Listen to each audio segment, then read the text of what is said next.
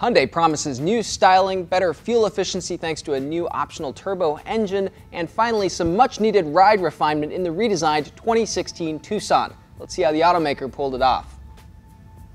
Now the new Tucson loses some of its cute ute styling for a much brawnier expression here up front. Check out this grille. It's much lower and wider across the front of the car. Also, these headlights have these new LEDs that tuck kind of nicely in and sweep up in sort of a more angry expression toward the fenders.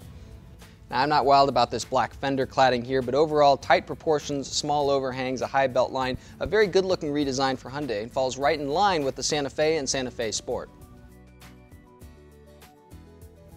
Now the redesigned interior in our limited grade test car here has really outstanding cabin materials. Soft stuff where your arms and your elbows land, a nice high quality woven headliner up top, an 8-inch touchscreen here with very intuitive menu structures, easy to use knobs and controls here down the center stack. Lots of storage areas, nice cubbies here ahead of the cup holders, and a pretty good size center console here. A lot of premium options too you don't often get in this segment.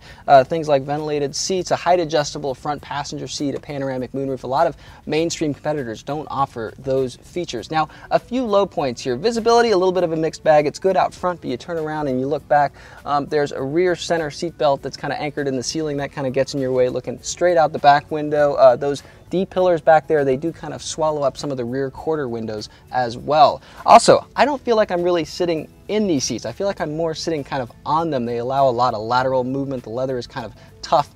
Not the most comfortable setup there. And one editor who's driven other trim levels below the Limited notes that in sub-limited trims, Hyundai does swap out a lot of the materials for some kind of cheaper stuff, so keep an eye out for that. Now, Hyundai says backseat legroom in the new Tucson is actually decreased, but that's an example of where specs can mislead you. I'm 6 feet tall, that's where I'd sit to drive. Tons of legroom here and pretty good headroom left over, and a pretty nice high seating position off the ground, all things considered. For this class, a very good setup in this new Tucson. Extra cargo room for 2016 now, 31 cubic feet behind the rear seats, about 62 cubic feet with those seats folded. The former number up about 5 cubic feet over the last Tucson, still pretty small though in a segment of compact SUVs. Now there's a dual level load floor, it allows you to have a flat loading surface, or you can drop it down here if you just want maximum vertical height.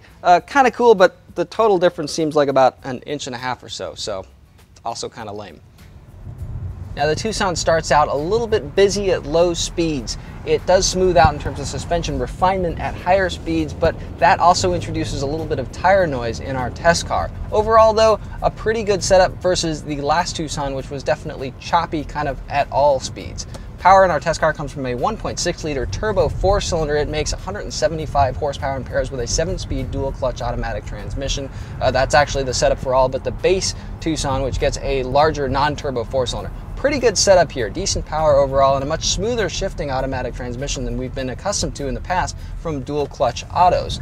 Now steering and handling, a little bit of vagueness, not the best feedback from the steering wheel in the new Tucson. The old Tucson actually, for all that it kind of punished you on the ride front, actually handled pretty well. This seems a little bit softer to be sure, kind of more generic in terms of handling. EPA combined gas mileage for the Tucson is as high as 29 miles per gallon. That's very good, but that's only for the front-wheel drive Eco trim. Some of the other trims get as low as 23 miles per gallon, all the way up to 27, so a little bit less competitive there. But overall, the Tucson is stylish, refined, and fairly comfortable on the inside. Definitely something to consider if you're looking at the Santa Fe Sport or many of those other compact SUVs on the market.